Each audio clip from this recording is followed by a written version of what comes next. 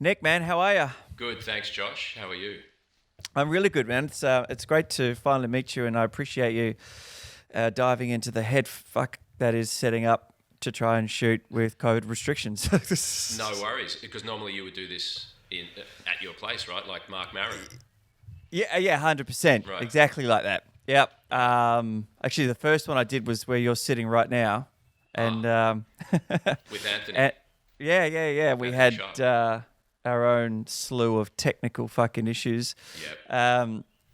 But no, normally they're done here, and I'm sitting here and chatting to whomever across the way, and it's done in a single shot.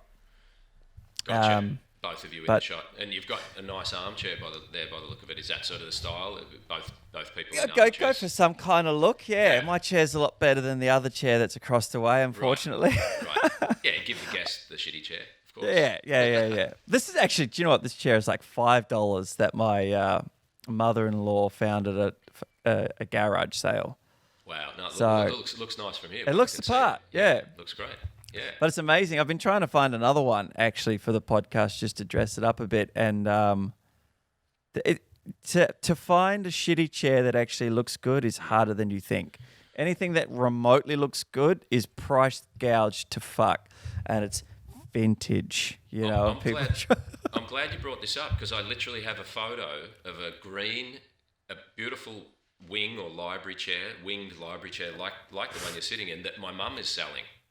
Right. So maybe we can chat after this. Yes. Yeah. Whether there's a mutually Broker a deal. right, yeah, it's a really nice chair. She had it recovered years ago. It cost about perfect. $800, but Oh, wow. it's a sage green. Looks very nice. Chesterfield, is it, or is it? I don't know exactly the Yeah. manufacturer, etc. But anyway, we can talk about chairs later if you Move want. on from yeah, yeah, Or now, absolutely. whatever you want. Yeah. I really want to get two Ames chairs in here. They're but amazing, they're yeah. they can vary from a really cheap one for $300 to Yep. an original for $5-6 grand, something like that. Yeah, they're crazy.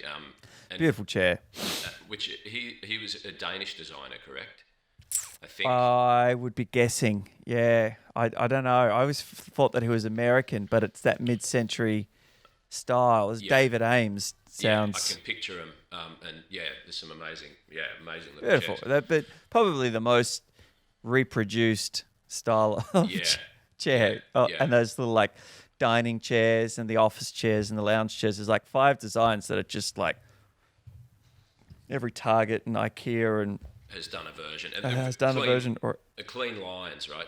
The Yes, design is yeah. very clean. Yeah. Yeah. I'm a fan of that sort of. Yeah, well, whether it's Danish influence, but the Scandinavians have done a good yeah, job. it is really nice, and it doesn't date. It always looks good, even though it's in vogue now. Like every property that I shoot that's been styled is mid-century, fucking top to bottom. Right. Just hard. It has been for 3 years, Right. so it Comes hasn't. around Yeah, well, it's been around for a while, and it's going to stick, I think. It's a bit like the hipster style. I think that's going to stay. Yeah. You know yeah, what I for a mean? while. Not to age you out or anything, but how old are you, Nick, if you don't mind me asking? Well, look, I'm getting on. I can't Well, remember. okay, so I'm I had 39. Yeah, well, I'm and- definitely older than that. Yeah. I had a but birthday the other day, yeah. Right. So did Anthony, didn't he? Yeah, he did. We're a couple of days apart, yeah. Right. So and thanks to him for setting up the camera here too. Yeah, thanks, Anthony. But yeah, like I remember when the hipster sort of move really came in when I was like 26, Yeah. 27. Yeah. It's been around for a bit. And look, it's a borrowed collection of stuff, really, isn't it? Yeah, That's I the know. thing. You know, we shot a film in Alaska 6 years ago or something, and yeah, I mean, it's kind of that thing of, well, whether you're talking about the different things that make up the hipster look, if we're talking about a dude anyway, beards and longer hair and a few things that you've got at the moment. not I saying know. what you're going for. What are you going to do? But We've there's a run lot- out of fresh stuff. Yeah. Right. Well, just go the clean look, mate, like me. Just get it. You know, you've got that option anyway. I don't really have the option of a lot of feathers anymore up top, but if I used to run a style like you. But yeah, in Alaska, a lot of the things that are kind of just what dudes and dudettes do there is Yeah. hipster by default, because it's just, you know, they are making their own beer out in the forest. They are Yeah. making their own knives and hatchets. They do have beards and long hair to stay warm. There's all these things that are kind of just by nature hipster, you know. Yeah. They've got the lumberjack jackets, the Yep. big beards, and the fucking Yep. boots. Yep. Yeah, the whole bit. That's it. Speaking of making films out and about, I did a quick little glance at your IMDb this morning, and well, you were in the Balibo 5 or the Balibo. You're correct, yes. Were you in that too? I wasn't in that. I wasn't an actor at that point, but my mum has lived in East Timor for 20 years. Oh, holy smoke. And I was at the hotel for the last week of filming indirectly as my first week ever as the sort of turning point where I decided to become a professional photographer. Oh, wow. I went out to photograph the work that my mum's charity was doing. Oh, wow. And we were staying at, is it Paradiso or? Yep, that's the right name, I think, which is still there, right? I think. Yeah, I think it got knocked down. Right. Unfortunately, my mum was living at that hotel. No way. And we were there each morning watching all of the crew set up and that. And I remember going, fuck, that looks so awesome. Yeah. God, I wish I had the courage to be an actor, you know? Yeah. And then you said, all right, I'm going to muster Years up later, courage. Yeah. many years later, yeah. So when I saw that, I thought, fuck, now I want to know what part you played, how did you get into it? And because the film, unfortunately, I thought it was a great film, but if you know the real story and then you're watching the film, you're like, whoa, you missed a lot of what happened. Yeah, okay. Look, I love the film. I think the end result was really good. It's Robert Connolly, obviously, who's been making films in Australia for decades, and he's in demand overseas too, and he has worked overseas, but he's most recently directed The Dry, which is the adapted feature film adapted from the novel by, I wish the author's name would jump into my head right now, but Jane Harbour, I think. Eric Banner plays the lead in that, so that's Rob's most recent film, but the release of it's been held up due to cinema situation with COVID. Mm-hmm. But Balibo, well, you know the story then. If your mum lived over there, and of course, I do. Right, and it's an incredible story of East Timor's fight for independence and the Indonesian forces invading, right? Just deciding, well, okay, it's now there's an opportunity for us to just take it, and I don't know the history intimately enough. The role I played was only small. It was a journalist, Ian White, I think, who, it's quite a few years ago, who was, so Anthony LaPaglia plays the lead journalist, who obviously, as you know, goes back to Timor to see what happened, or to find where these Australian journalists are. Are you one of the 5? No, No. I would have loved one of those roles, but no, there's a range. I think Damon Gamo and Nathan Phillips, amongst others. But so no, I had these scenes earlier in the film, and then a bit in flashback. I think Rob Connolly sent me a great letter, because a lot of actors will know this experience. They're due to the cut and the way he reconfigured the story. A lot of my stuff was cut. Right. But I still had just a little bit, which was setting up Anthony LaPaglia's character's life back in Australia before he goes to Timor. So I didn't get to shoot in Timor. But but what did you find? What is it in the story? Because for people who don't know, there were the journalists who were effectively murdered by the Indonesian forces once they came to shore, and the Whitlam government at the time didn't really do anything about it. That's right. It's incredible to this day that has still been the case. But what do you know about what wasn't in the film that you thought should have been in the film? Now, I couldn't tell you. I just remember the vibe of the people on the ground there, because my mum at that point would have been there for 7-8 years, was they didn't feel their plight was accurately portrayed in terms of the handover and the killings and the almost near genocide sort of situation. I think there was some other stuff there too, but they're just such a bizarre people too, right? Like the end scene with Anthony, they wouldn't allow to be shot in Timor because it was too hectic. Right.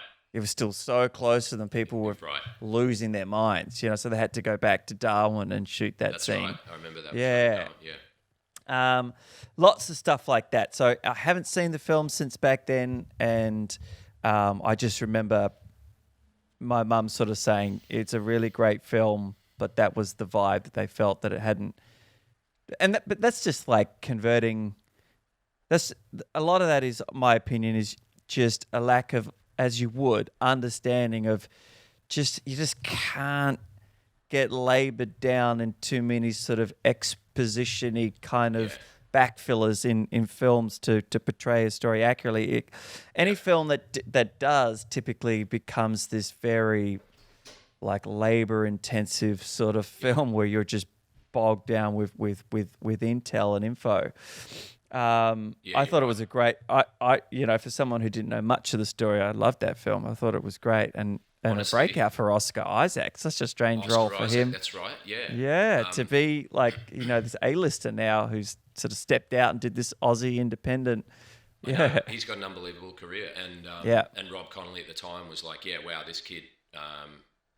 Because I can't remember how old Oscar Isaac was when that came out, but he would have been. He's got to be maybe only a year or two older than me, so he'd be late 20s. He's late 20s, playing Ramos Horta, and he did a great job. And Rob was very excited to have him in the role, and I thought he was fantastic, and Rob loved him, and I think majority of people who saw the film thought he was great. So, but you're dead right, a great role, and to have him at the time he hadn't blown up, as they say, So, but I agree with you. I think it's an amazing film and an amazing story. A story that really it would be great if it was shown in schools, across Australia at least, or the region. 100%. Yeah, I think that's. Sorry, go on. No, just because there's an example of, we all know the power of Indonesia, the population of that country, and the government. All governments around the world at some point have had dubious records, right? That's the nature of being a government. I think you can't get away with. Stuff happens, but Indonesia's record there in just deciding to take Indonesia, and then it's pretty horrific. And for those Australian journalists, every death, every life that was lost there during that struggle for independence needs to be honoured. But I suppose shining a light on the journalists from Australia, who people are like, oh wow, these guys have just been murdered in cold blood by the Indonesian military in the name of going, well, we're just coming in and taking that country and we don't care who stands in the way. It's pretty, but the film, I know what you mean in terms of, you can't cram everything into a film, but for the natives of Timor, I can imagine you could make 10 different films showing the story there and still not have enough screen time. So 100%. A very, very misunderstood people, and a very what's the word I'm looking for? Yeah. Undisclosed is not the right word. People just don't know what the fuck happened in Timor. So even anyone who caught that film still probably doesn't understand that it had already been at that point occupied for 400 years by the Portuguese. By the Portuguese, right? Yeah. Who came in and took everything in the first place. Yep. And then just went, there you go. Yeah. And there's another great film with David Wenham about when they fought for independence. That was what's it, something Answered Fire? by Fire. Answered by Fire. I had a role in that too, actually. Did you? Yeah, funnily enough, but it was a smallish one playing a UN worker, I think. And still you didn't get over there? No, that was. I'm trying to remember where that was shot. The stuff I had. No, I didn't get to travel. You know what it's like. Yep. You get some roles that are done in the more modest settings within the schedule. Yeah. Yeah. Well, my mum was there for all of that, I think, if memory serves me correctly. Right.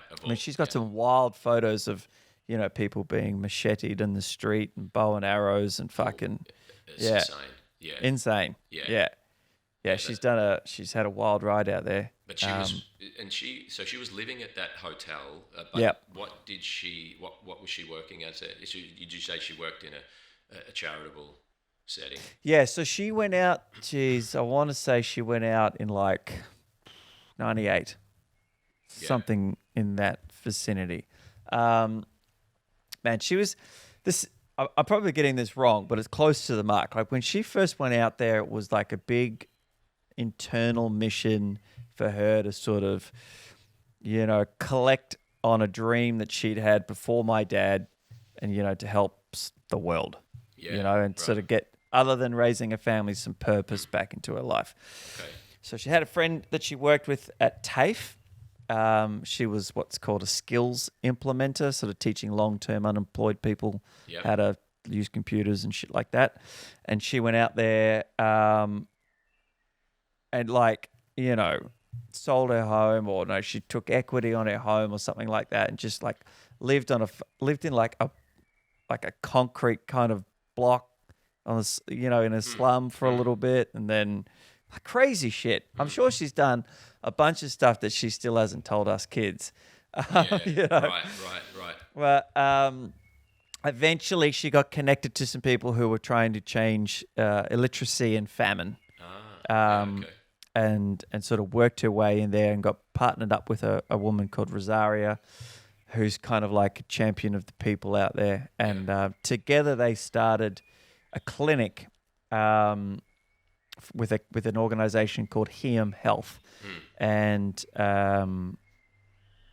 that's, when I went out there in 2007 to do like a big photographic sort of reportage for her, was to try and showcase the work that they had done and the famine and what have you. And they'd done such a good job. By that point, I couldn't get a nasty photo. Oh, wow. I just came away with all these beautiful, chubby little kids. Oh, wow. And that's not to say that it's not great. I mean, that place has unfortunately turned a bad corner, and it will inevitably be a failed state because they just can't get their shit together. Right. But she was awarded the Order of Australia. I forget the full title. Yeah, wow. Honor of the Medal of Australia or something like that. For services to East Timor. It's. I always get the acronym fucked up, but it's something you can't nominate yourself for or anything. You have to be like discreetly nominated by a third party. It's and a then real award, not a. It's like a title on your name now. Yeah.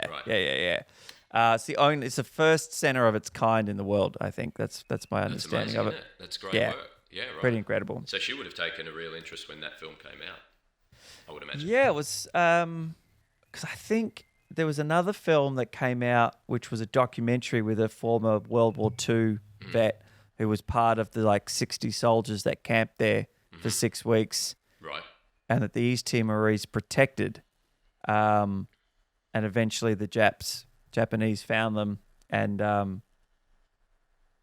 they slaughtered something like 60,000 East Timorese trying to look for these 60 Australian soldiers. Wow. And the Australian government never thanked them, never went into bat for them, nothing. Yeah, it was pretty brutal. Yeah, Timor's got an unbelievable record like that, hasn't it, of being sort of, I suppose, abandoned and, ignored to a degree. Think the crimes that have gone on there. One of the guys from, one of the journalists, I think, I'm pretty sure in remembering this correctly, was the brother of one of the guys from Painters and Dockers. Remember that band, Melbourne band, Painters and Dockers? Yep. Yeah, I think because he campaigned for a long time, and about that whole story and just the relevance and recognition, and I think that's where they formed the Dilly All Stars, that band that was made up of musos from there and here, to kind of raise awareness and make music. And look, I don't know whether Timor whether they produce much in the way of film content themselves, but I imagine they've represented their own stories to a degree. I should know, but I haven't seen any. But I think that by now I would have heard more if there was, given that I've been in the biz now for a little bit, and my brother ended up moving there for 10 years as well. So I don't think there is. They're not overly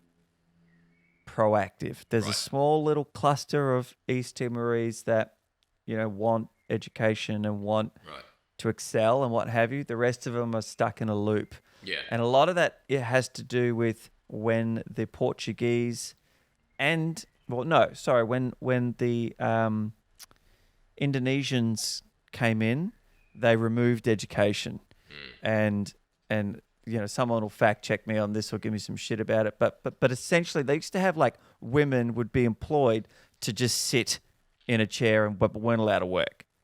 Oh wow. Yeah. So they tried to like nullify, dumb down a people.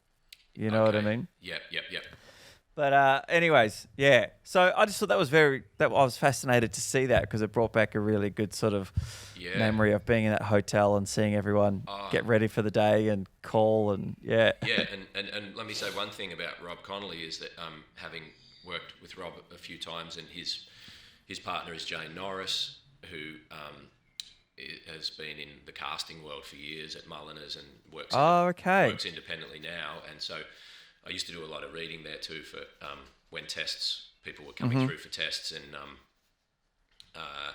to be the other actor in the room with them. And Rob got me to do a few things from time to time, and he would do a lot of improvisation with the actors who were testing and myself. And he's got a great approach to work and a really terrific soul, that dude. And he sent me a letter when he had to cut certain scenes from Balibo, and and you can tell it's not something that's just a cookie cutter thing. It was written personally saying, I know you took a real interest in the politics of the film and really enjoyed working on it, and I want to say thanks for your work, and I'm upset that unfortunately because of the story structure I've got to recut it and have lost some of your stuff, but thanks so much for the work you did.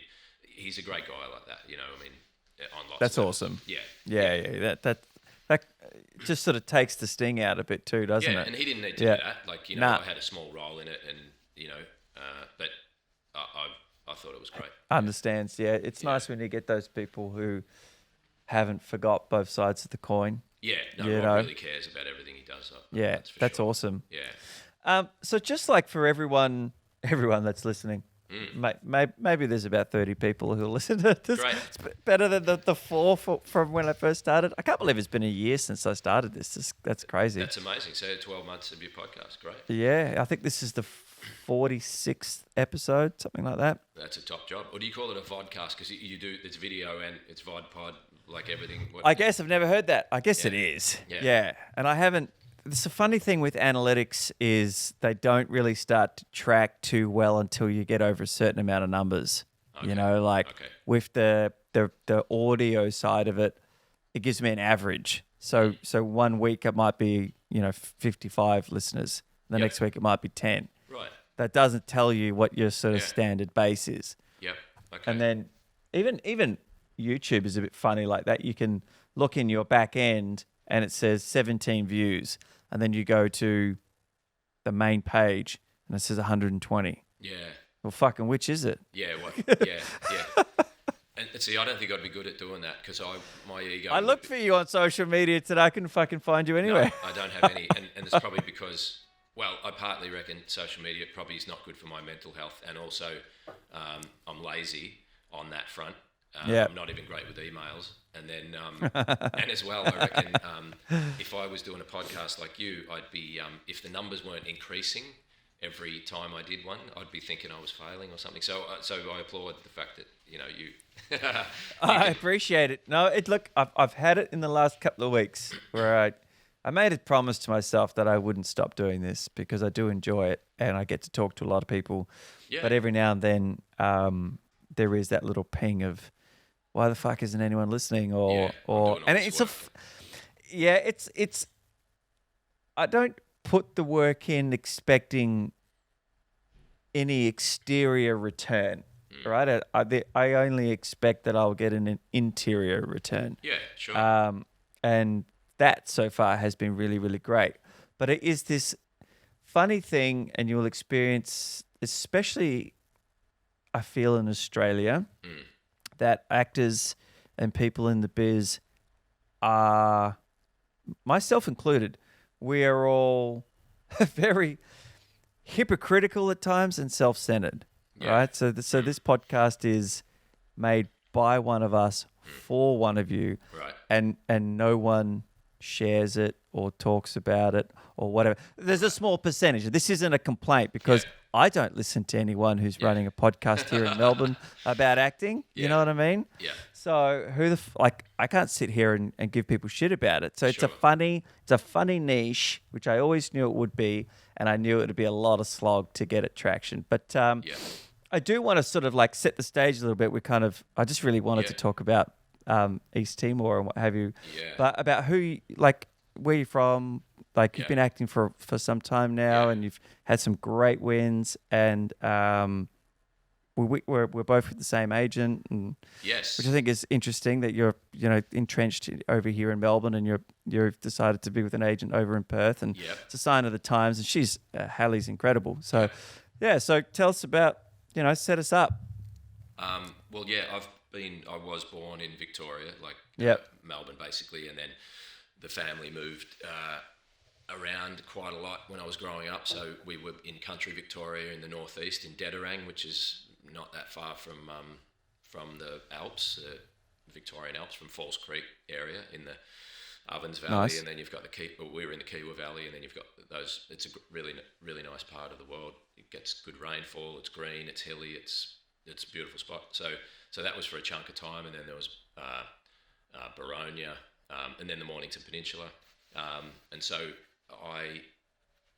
we moved around quite a lot. And then look, I worked in ski resorts a lot too, as doing lots of jobs, but playing in bands and stuff. But I always basically had it in my head since being a kid and I did Rumpelstiltskin at Dawe Primary School, at the Dawe Town Hall, and the Postman's Jack Russell ran on stage while I was being Rumpelstiltskin and talking to the Queen about whatever moment in the story that was. So kind of incorporated the dog into the story.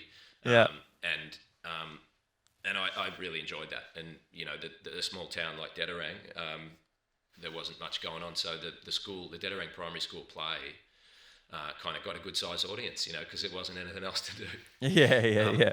But I really loved it. But my mum's a nurse, my dad's a mechanic, so they're both from that base level of working people who didn't work in the arts, but they both have really good knowledge of music and all different styles, and they both love music and two-dimensional art and film, etc. But they never worked in the arts, and we didn't really have that in the family. So, but that was something I knew that I wanted to do. So, had a little black and white telly as a kid. I would watch the Academy Awards in my bed, and I remember, I love watching the clips of the films. Yeah, I loved just falling into, because we weren't watching a lot of movies. We didn't have electricity on that farm, so me and my brother would, I suppose, create our own stories. But even watching the Academy Awards on a little black and white screen, and each time they play a movie clip, just sort of falling into those bits of story, and seeing that magic was kind of what drew me in, I think. And then Star Wars, I think, was one of the first feature films I saw. That was with Dad and my brother at the cinema in Albury Wodonga, and came back, fell in love with Princess Leia, etc. And I thought, well, I need to get in on that game. But then my approach to getting into it was delayed because I was working in ski resorts, and I was always like, I love doing 10 months of the year in Austria, in Mount Hotham here, and then Austria in Europe, just skiing and snowboarding every day and working at night. But anyway, I eventually got myself an agent once I had sort of done a number of ski seasons, and then started pursuing acting, and then in more recent years, producing and sort of writing stuff, and and I'm still doing it. When did you sort of slow down the alpine life and get up onto the stage? So straight out of high school, I sort of started working in ski resorts, and then in between times, I auditioned for NIDA and the Victorian College of the Arts, stuff like that, in the acting field, and didn't get into any of them. So then I pursued just private coaching for acting, and I thought I knew what I was doing until I did that and realised that there's lots of ways to skin the acting cat, right? But the Meisner technique was the one that really clicked for me with Vicky Blanche. Right. Vicky Blanche is a great actor and director, and she ran. She'd studied in New York Meisner's technique, and I'm sure a lot of people know, but just in case they don't, Sanford Meisner, great American acting teacher from the same cluster of talent that produced like Uta Hagen and Lee Strasberg and all of those people, the modern approach to, it's Stella Adler as well, yeah. And so he did his version of being influenced by Stanislavski, etc. So Vicky studied there in New York, and then she had a school here in Melbourne, and so I studied there and across a 3-year period. So that's where it gave me what I felt was a better grasp on a way to approach it, Right. Yeah. So I was I had a teacher on here, one of my first podcasts, who I studied with under Tafta, and he got to study under Uta Hagen back in the 90s. Yeah, wow. It's like one of very few Aussies that ever made it out there and did the full whack. He was there for 10 years in and out of class. Like, unreal, yeah. And I think she passed away like not too long after he finished up training with her, if I remember correctly. Yeah, right. So crazy. Yeah. Did he love his time there? Did he stay living in the States? Or? No, he did 10 years in New York. I reckon he was a bit of a coke fiend and he had to get out of there. He's got this kind of super bizarre whistle that he has to... And I just, having lived in New York myself, I know I know how it flows out there. There's no shortage. There's no shortage. That's exactly right.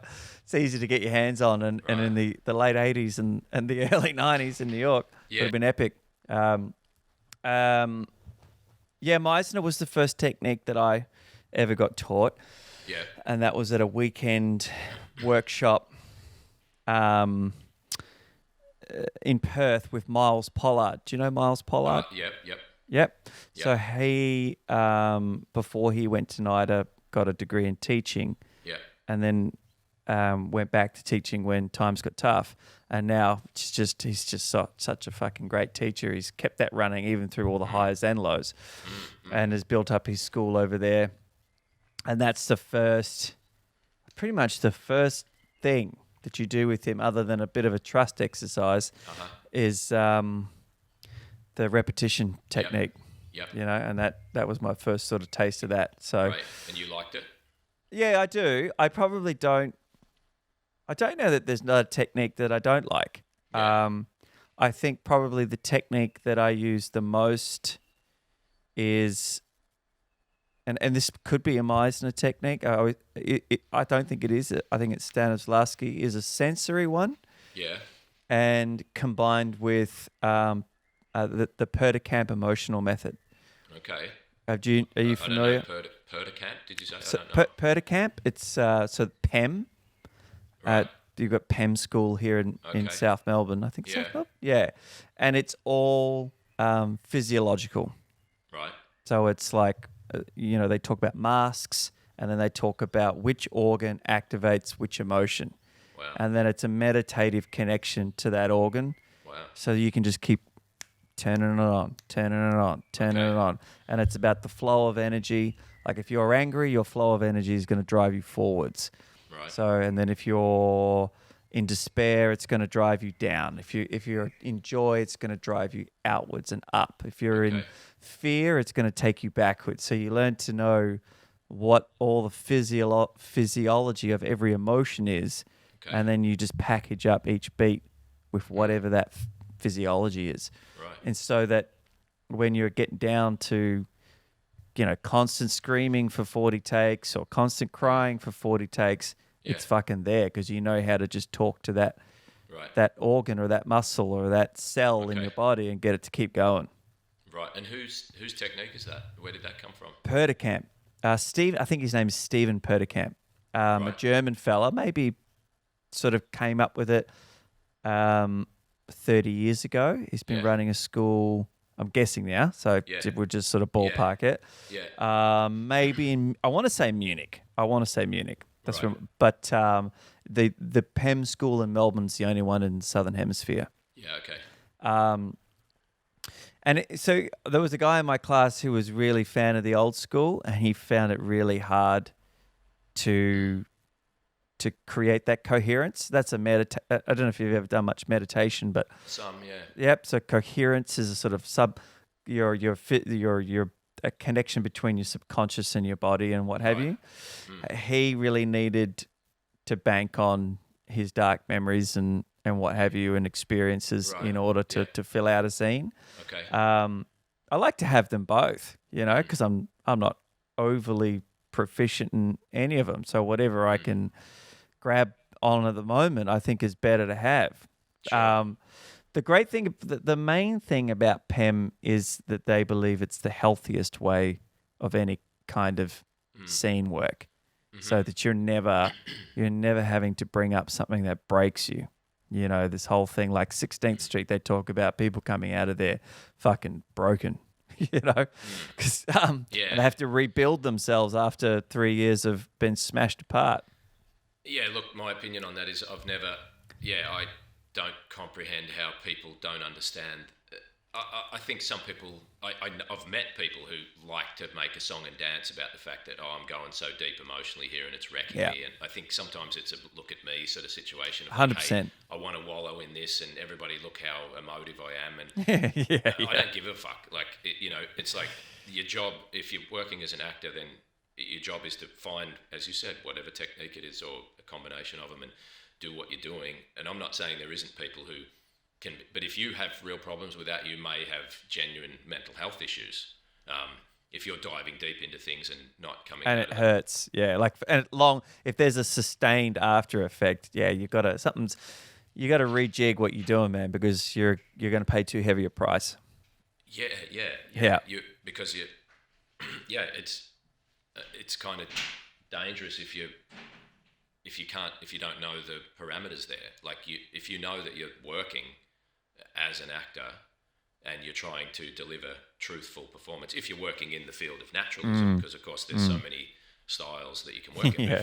If we're talking the majority of cinema and theatre that we're all exposed to, which is generally these days some form of naturalism, right? Living truthfully under given circumstances, then if you're going into some field where it's, I don't know, you're working and you're not able to understand that, hang on, this is work and now I can let it go, then I think it's dangerous. Like for sure. You have other things happening which I'm not making light of. I'm just saying you need to address that. Yeah, totally. And the other thing is too the other thing that can happen is you can keep diving into that little pot of gold and you run out of gold. You know what I mean? Like you've scratched or exposed that memory too many times, and then it's like, okay, it's not that mysterious anymore. And now the director's like, well, we got to keep going, and you got nothing left. So it's nice if you can find a lot of people who are natural actors. Just do this intuitively, anyways. Is they just know what it looks like to be in a state of rage, and of the 80% of the things that I've been cast for or whatever so far have been me being really vicious or scary or intimidating. I've never been in a fight in my life. I'm the complete opposite of that. But I know that my default face and the way that I sort of carry myself and what have you works in the given circumstances, in that I don't have to think about someone who makes me angry or whatever, and I can do it till the cows come home. Right. But I'm not that person. So I think a lot of people who just naturally will be adopting this technique, just not knowing that they are. Do you know what I mean? Because plenty of people can just turn on tears. My wife can turn on tears like that, and she's not, but she's doing it to like bait like a joke.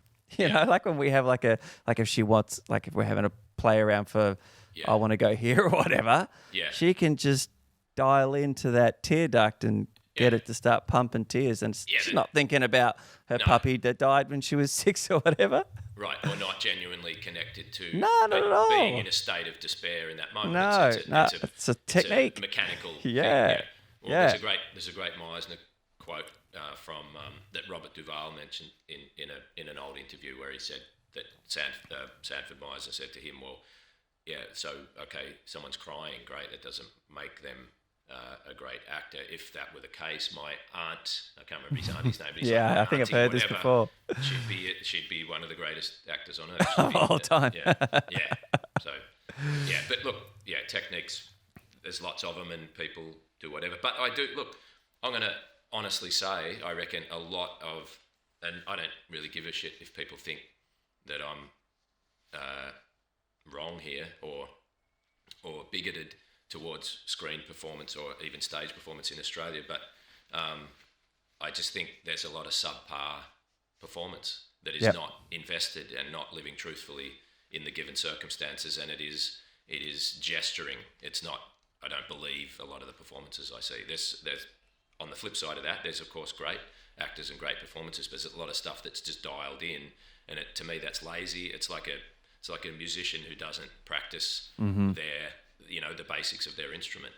Where do you think the problem lies? Do you think it's the writing? Do you think it's the time to flesh out scenes, rehearsals? What? Well, if we're talking purely acting technique, no, I think it's that people are happy to pretend. So how do you think they're getting those parts then? Because there are plenty of people like you, like I think me and Anthony, who are chipping away at it every day. And how is it that do you know what I mean? What happens? Do they have the goods in the audition room? And they are actually trained, but then when the day comes, like, what do you think? Well, I don't know how well they are trained. I think some people, a lot of actors who get roles, and it's not just Australia either. But, of course, yeah. Yeah, of course. But so I think it's a combination of things. But yeah, sure, someone can get a role, go, well, I want to be an actor. It's not that hard to step out and learn some words. And if you have the right look for the role and can seem relatively convincing, I think it's what people get used to, I suppose, or what they demand. Yeah, I don't know. It's a combination of stuff, I suppose. But the mysticism of casting. Yeah. Well, as you know, it's people, they want. There's a certain look that's wanted, or can I get along with that person? Whether the producers, the director, etc. Like, do I like this person? Can I get along with them? And as well, if they're considered to be hot property at the time, oh, hey, this person's coming through, they've won a bit of an award. And it's a stylistic thing too. What I think is great performance might not be everybody's cup of tea. Totally. Look, I agree with you. I feel like once every 5 years there's something that comes out of Australia that I think is of a standard that I want to sit down and give away 2 hours for. Yep. I feel like The Proposition was the last Aussie film that just blew my mind. Yeah. I agree. I think that's a great film. The performances are amazing. It's a great story. Incredible. I mean, I believe everybody in that film. Yeah. Oh yeah, 100%. Even Danny Houston with an Irish accent, you're still like, fuck yeah! Like he's so fantastic. Good. Yeah. 100%, man. Just a really, and so it makes me think, like, what the fuck happened? Like, I can't believe, I don't believe that there is only 5 people in Australia with that kind of talent. You know what I mean? Look, I think it's a numbers game in terms of Australia. Like, what's the population of Australia? 25, 26 million now? Sure, yeah. And so therefore any industry relative to countries that have 350 million, well, the US is 350 million population roughly, but, India, like the whole industry across Europe, I think it's partly a numbers game, because if it's got certain amount of people out of a smaller amount of people in a population that are producing some form of screen art or stage art or whatever it is. So it's just, there isn't the money or the energy or the focus to, it's a smaller pool that's getting drawn from. People, of course, I mean, and people might think I'm a wanker for saying it, but Australia's has got amazing practitioners behind the camera and in front of it and on stage and behind the stage, etc., right, for decades and decades. So there's a lot of great stuff, but it's a smaller pool, I suppose. So all of the films that are coming out, if we're talking film or television, there's just a lot less stuff getting made every year on Australian shores compared to other countries, right? So yeah, well, maybe that tide is about to turn. Given the chatter about, even Perth looking at and that actress from the Umbrella Academy and Grey's Anatomy, who's campaigning hard to build a soundstage in Perth. Okay. Forget her name, the redhead. She's in the cast of Grey's Anatomy? She was years ago. Do you watch the Umbrella Academy? No, I don't know it. If you like your superhero stuff, it's a Netflix show, but it's a bit more black, dark based. Okay. Anyways, I think it's an old graphic novel or something like that. Anyways, forget her name, but she was on what's that show? It reminds me of The Panel. Like a talk show in Talk Australia? show, sort of a current affair type talk show. The dude, the Middle Eastern looking dude in the middle, the white comedian and the girl. Waleed Ali. Maybe, yeah. What is it? The Project. The Project. Yeah. Yep. She was on there just recently talking about them trying to get this soundstage built in Perth. And why is she? Because she's Australian, is she? Or? No, that's what I mean. She's American, and she's just. I guess she started. I didn't catch it all. Maybe she started a production company, and I was very curious to see her down there talking about Perth and how much talent it's got, but nowhere to go, and blah blah blah blah blah. She likes the idea of, and in terms of the now being the time, with this sort of bottleneck of projects and no one taking Americans, so they can't leave, and they can't work together. Yes. So what are they going to do? And looking for safe havens like Australia. Who knows? Hey, I mean, there's some production ramping up. Well, we're not allowed to. Victorians aren't allowed to fly to WA at the moment anyway, right? Fuck, I know. Maybe that's the other thing too. That Victoria might become a dead zone for the foreseeable future. As it's just I got a note through from Hallie recently saying, you were the right guy for this audition, and they even said so, and it was going to be with The Rock up there in Queensland or one of his productions or whatever, but they won't touch you because you live in Victoria. Huh? Yeah. Fucking tell them I live in a suburb that hasn't had any cases. I mean, that's fucked. It's pretty harsh, isn't it? But and I mean they're imaginary borders really, like it's one block of continent, and the same as the US. There's lots of states, obviously California, lots of states that have really high COVID rates, but people aren't not permitted to travel, to drive across, borders to go to other areas. Like people I know who are in the film game over there, that they're moving around freely. But a lot of people would say, well, maybe that's one of the reasons why America has such a high rate of infection. But it's part of it. It's hard to quantify, isn't it? Like to get a grip on. But so listen, what are your so now, kind of with everything that's happening, but also at this point in your career, you've spent time out in the States as well, sort of hitting the pavement out there, and we were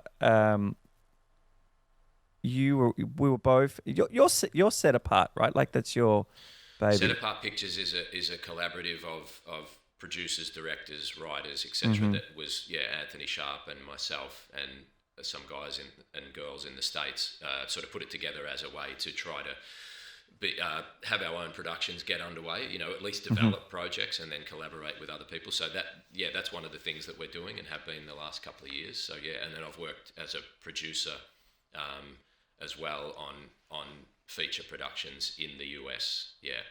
Over the last 7 years or so. Yeah. So you've been living in the US? Yeah, I go there for chunks of time to work. Yep. And I was renting in LA for a while, but generally our productions are shot outside of the big city centres. So, for example, we've shot in Alaska, New Mexico, and 2 films in Montana. So that's the way the model works, is it's mostly private equity and then using grants and incentive from different territories, the different states, and then shooting independent films there. And just doing the best we can with them, and then putting like them Robert the Bruce. Robert the Bruce is the most recent feature, that's completed and in the market, And that tracked really well, from what I gather too, right? Yeah, the end result.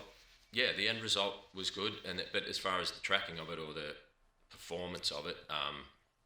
As we know, like across the world, it's a big saturated landscape of content, but it's a feature film, and it did well. But yeah, it was about to go into 600 cinemas in North America when COVID shut them all down. So, and that was going to be off the back of the 25th anniversary of Braveheart, and because this is a continuation of that Scottish history.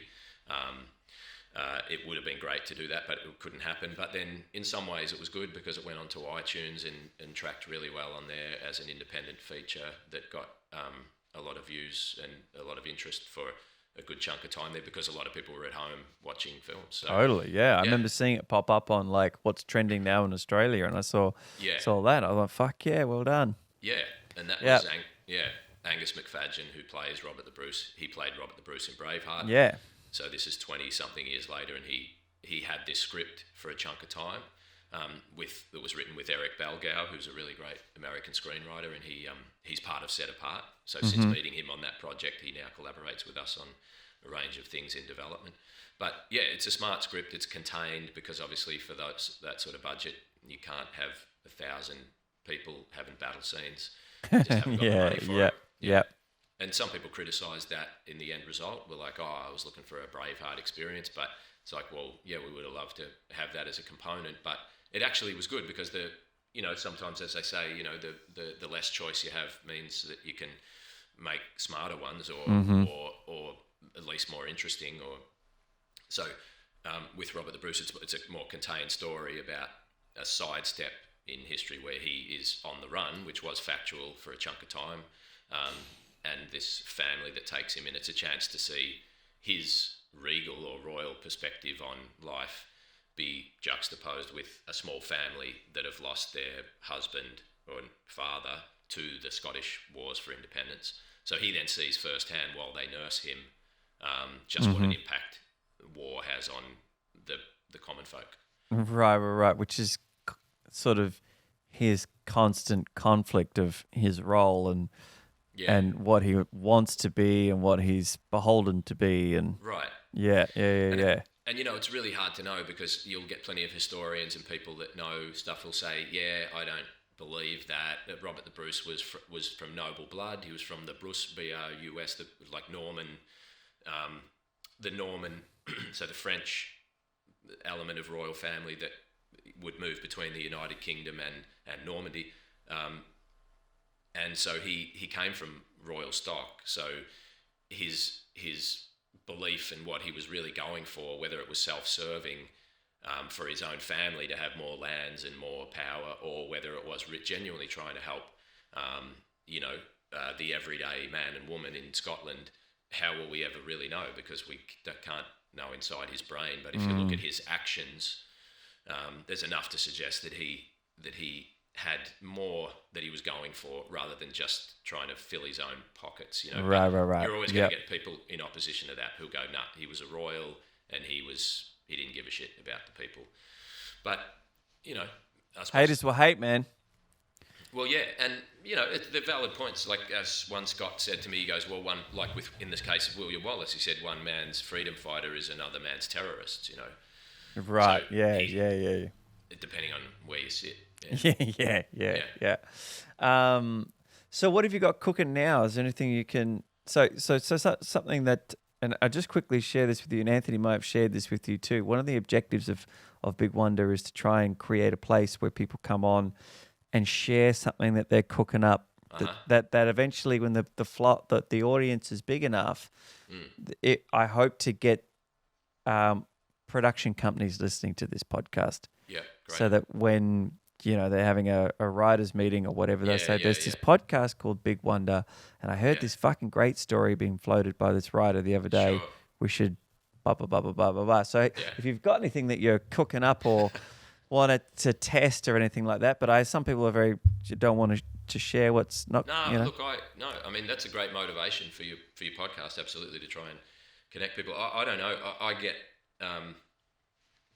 We've got lots of things in development, yes, like lots of people do, and some people don't like to talk about them because they feel like it puts a hoodoo on their own work to go, if I'm talking about it all the time, then I'm not doing it, and there's not a chance of getting it done, and other people someone's going to steal it.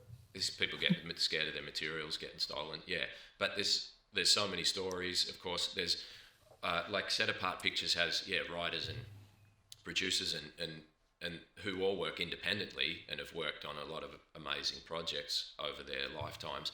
But yeah, ideally we do have a couple of feature films, which I believe, and the rest of the team does, are really amazing stories, but it is a struggle to get independent films made, and we try to get them in front of studio executives, and we try to get them in front of private investment. And look, this year has really, put the moz on it, obviously, the same as a lot of industries. But we've got things that we'd like to make here in Australia. And Phoenix Ray, who's a great actor and writer, and who is also represented by Hallie there in WA, and he's originally from there. He's originally from Persia, as you probably know. But I was just watching him in that dystopian future prison Punch 'em Up. Stateless. No, Stateless. Below. Yeah, with Anthony LaPaglia. That's right, Anthony LaPaglia in it. And Ryan Corr. Yeah, Ryan Corr. Yeah, he's brilliant. So he's great, and Phoenix is a really interesting actor. Yeah, he did that 100%. film where he plays. They have to have God, IMDb as such pricks. They give that film like a 5, and I thought it was fucking great. But that's what I sometimes wonder about the IMDb ratings, because they're sort of viewer designated, aren't they? Like, it depends. Yeah, but who? What? Oh, look. So? Look, lots of the independent crazy? films that I've been involved with as a producer, we've got some really stinky ratings on things, and we've got some quite good ratings on things. I don't know. I think this one here is a film that I was in, gets about a 3. What's that one? It's called Weevil. Weevil, yeah. Yeah, I mean, I think that out of the 100 people that have watched it, 99 of them were like, nah. It's a feature. Yeah. Okay. Well, I mean, who knows? Yeah. It's just strange. Yeah. Lots of comedies don't track better than a 6.5. Funnily enough. Yeah. Comedy. Look, on the subject of development, though, we have lots of things. And Phoenix is one of the guys that he has his own stuff that he's developing, but he and I, and with Anthony Sharp as well and stuff, we have some stuff that we're writing. Like what I think is one of the better things for my taste anyway is Mr. In Between, which, and damn, the actor's names escape me, who plays the lead, but it was his creation from the beginning, and it's now a series, as a lot of people know.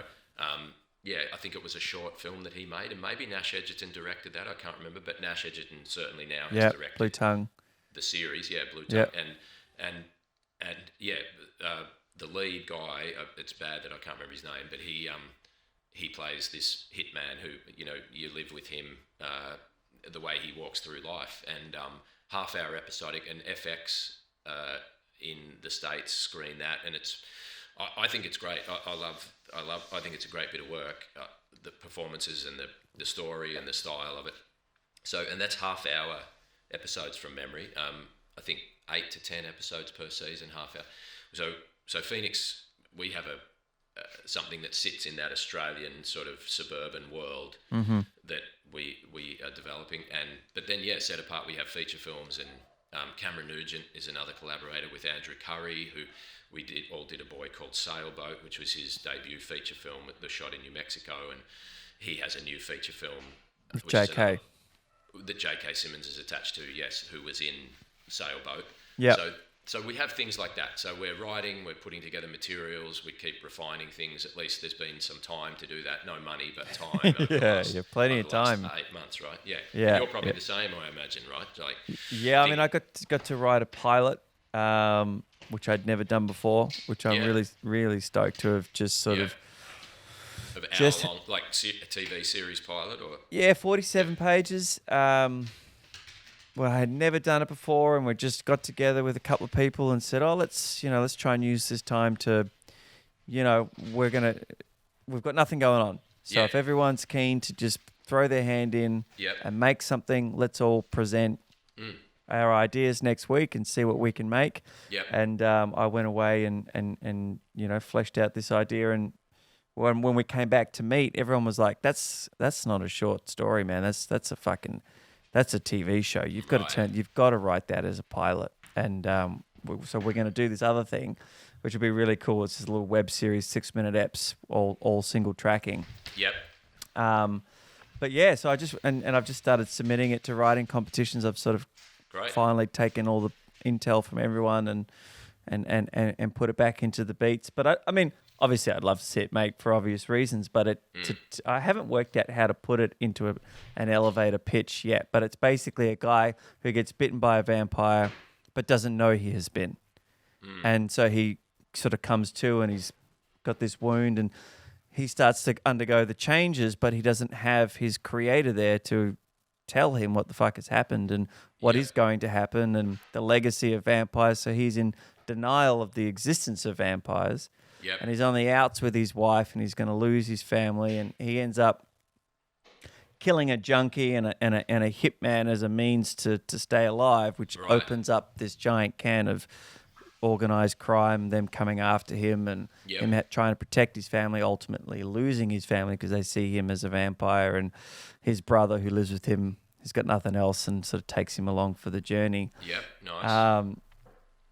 But to me, like sort of what I think I would like about it, watching it, is to see him. It's a done story in terms of a conflict with having to be a murdering vampire, but it hasn't been done here in Australia, and it hasn't been done with that kind of brand and that kind of style. Like if you think in Bruges with great film, with vampires, gotcha, yeah. So that'd be so sweet. Like everyone's on board to throw their hand in to go and make the pilot as soon as we can. Nice. Start moving. I just haven't quite convinced, I don't think, Anthony yet to come and direct, but I hope that he will. Okay, yeah, great. Yeah. You've got the headphones in. You can't hear me giving this. Oh yeah. Well, no, I reckon he'll be into it. Yeah. It's But yes, so the long answer to your question is I have been, and I one of the reasons I started the podcast was to build an audience around a feature that I have written. And I recently connected with a novelist who is very, very quickly, because I've told this a million times, I wrote a story about anti-poaching in Africa in the Kruger National Park. And the premise of the story was that these anti-poachers would eventually find themselves illegally in Asia taking out the head of the snake. 2 years later, I'm introduced to a novelist who's been writing books, pretty much that same story, with different. And if you were to change the names of our characters, the stories could intermingle. Unbelievable. And he worked in Africa. He was in the military for Australia, and he's a bestseller over in Africa. And we had a great conversation, and we're looking at adapting the two. Taking my story, blending it as an origin story of his lead characters, changing the names and molding the two of them together, which would be so great if we can pull that off. So I'm reading his books now, and I've met up with another African writer who's going to come in as a ghost writer and sort of take my thing and finesse. Okay.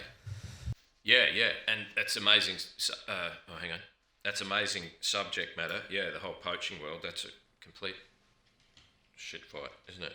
Not that I'm there and know firsthand, but... Do you know, it is a real shit fight. The guy who I spoke to who was out there, who's ex-military and everything, he said that there are more gun battles or skirmishes and what have you going on in all of the parks and the national parks and everything than there was in... the most recent sort of liberation war. Now that's a very... that doesn't surprise me. Yeah, it's crazy. That doesn't surprise me. Crazy. Yeah, and it's all, it's all about profit, right? Of what you can get from a wild animal, from the materials that come from a wild animal. That's where the sales. Yeah. That's where the money's made. Yeah. Right? So about 10 years ago, there was a Vietnamese politician who publicly stated that he'd cured his cancer with rhino horn. Right. And now it's $65,000 for a horn. Yeah, That's how much that it'll sell for in the black market. So these poachers are crushing. So we need to just do an advertising campaign that says that we cured some cancer with that guy's balls.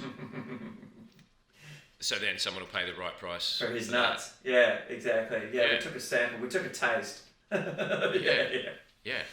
I mean, it's very much like. Did you ever see The Cove?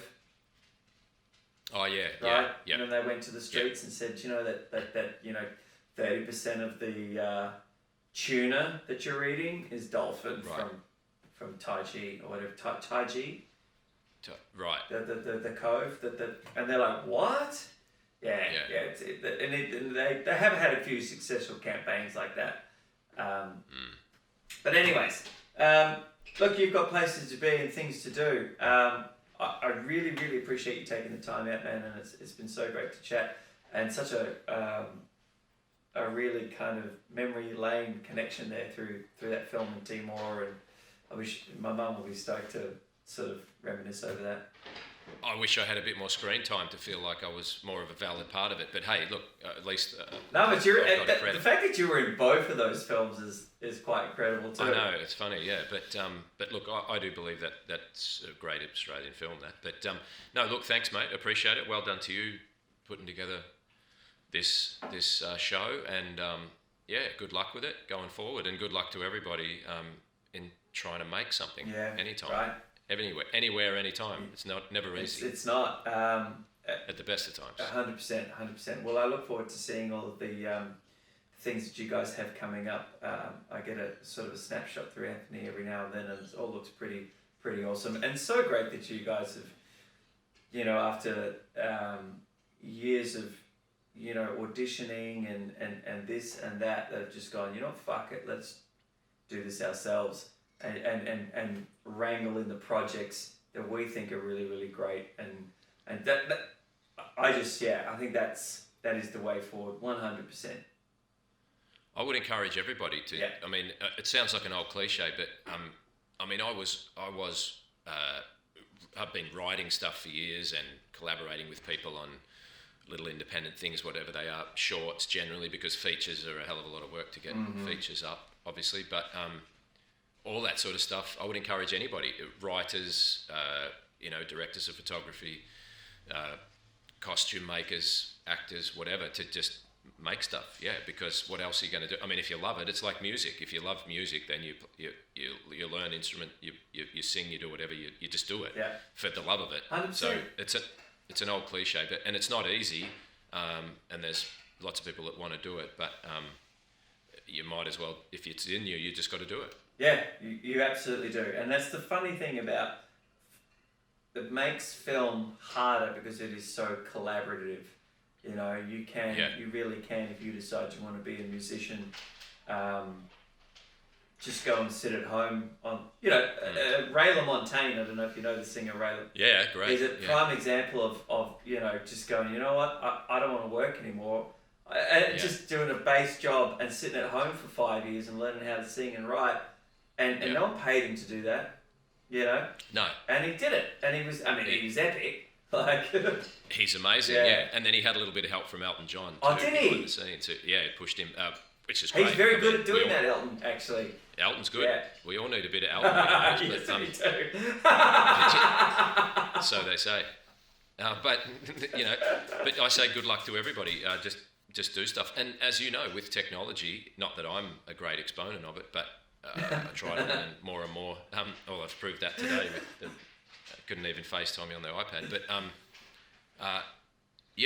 is that you can use that to, you can do monologues in front of the camera and stick them online, and someone goes, oh, that's cool, or that's shit. Yeah, and whatever, but keep trying. If it's done right, it's really captivating. Yeah, I know that Tom Hiddleston, is it? I always forget fuck up his last name. And Damien Lewis have got great, just iPhone type Shakespearean monologues that are circulated on the internet, and they're brilliant. You know? That they just did themselves within their Oh, I home. think they might have done it for like the BBC, or they might have done it for Albert Hall, or something. But it's not a big elaborate thing. And they're in their casuals, and it's just a cold sort of, and you're like, that's talent, right? Like that's the thing. Absolutely. Yeah. And whatever age you are, or whatever your thing is that you do, I would encourage people to do the thing that is the most detailed about you, something specific you've got. Whether you were walking home from a primary school as a kid and didn't make it home to the bathroom, and then the jocks that you had, you burnt them in a dog food can out the back of the farmhouse because you were too embarrassed to give them to your mum to wash or something. Do a monologue about that, do a story about that, whatever. Because, you know, when people try to be like someone else, I mean that's sort of funny sometimes too, but just do your own specific shit. Yeah. That's what I'm saying. And that didn't happen to me, that story. It's someone I knew. I have to tell you a funny story now. I'm going to expose myself here, and we're going to close on this just because that's hilarious. But when I was... we might end up cutting this, but I'm going to tell it anyways. When I was 20, I was working in a hotel, and me and this dude were polishing glasses, right? And we've been telling stories and whatever. And it had become a thing, just like your mate Anthony, who was walking through the shop before, who let rip, to you know, try and up each other on some rippers. Okay. And I had this bomb brewing and gave it just that little bit of extra throttle, and oh wow. Yeah. Listen, just gonna just hit the bathroom for a second. You know, ran off to the bathroom, and at this time, I'm a very shy 20-year-old at this point. Very shy, and I'm in the bathroom, and of course, a little bit of a sharp, right? Yeah. And I'm like, well, I've got another 10 hours on this shift. Oh no! What the fuck am I going to do? So I get the undies off, take care of business, and then I'm like, oh, panels in the roof. Oh, so I fucking lift this panel up, drop these undies in, see you later. Till later. Right. Get them later. No. They were there to stay. I was never going back. Yeah. So anyways, I ended up working in that place for another year and a half or whatever. Oh. And when I finish up work, I head to the UK for 2 years. 2 years goes by, and in that time, my sister starts working in the same division that I used to work in. So my day home from 2 years in the UK, and this paper bag lands on my lap. She goes, check that out. What? And I open up this paper bag, and there's my fucking undies. What? Shit stain from 3 years ago. And I had told her the story at the time, and then when she worked in there, she fucking snuck into the men's room, retrieved my undies that had been there the whole time. Holy. Yeah, well, she's brave for starters, bothering to... I just... To try and... As soon as I saw him, I was like, no fucking way.